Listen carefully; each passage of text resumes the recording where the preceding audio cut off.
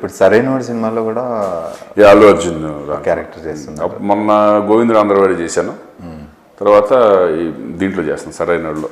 రెండు బాబా క్యారెక్టర్లు, అది బాబా క్యారెక్టర్, ఇది బాబా రామ్ చరణ్ బాబాయ్, ఇక్కడ బాబాయ్.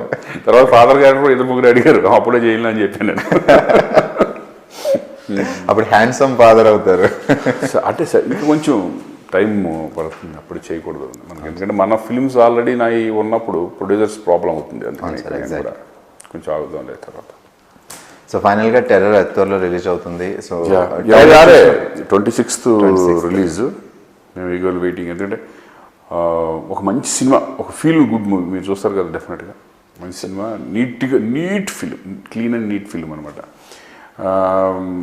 అది తీసుకెళ్ళే విధానం కానీ, ఆ టెర్రర్ అటాక్స్ కానీ, ఇది కానీ నిజంగా చాలా బాగా చేశాడు. సో చూద్దాం ఎలా ఉంటుందని.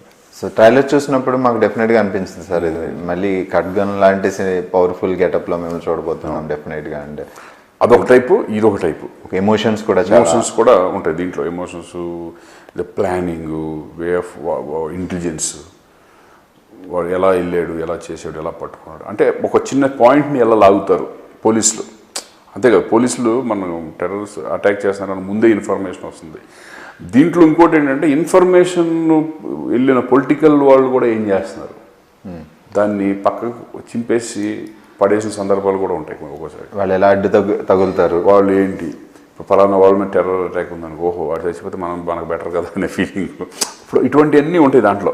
అవి ఒరిజినల్గా ఉంటాయి అనేది మనం చెప్పం. బట్ దీంట్లో ఏంటంటే ఒక పొలిటికల్ అతనికి అటాక్ జరగబోతుంది పలానా టైంలో అని వచ్చినప్పుడు, ఎవరి మీద అటాక్ జరుగుతుందని తెలిసినప్పుడు, ఓహో కరెక్ట్ ఇదే టైము, మనకెందుకు సైలెంట్ అయిపోదాం అని చెప్పేసి చనిపోయాడు.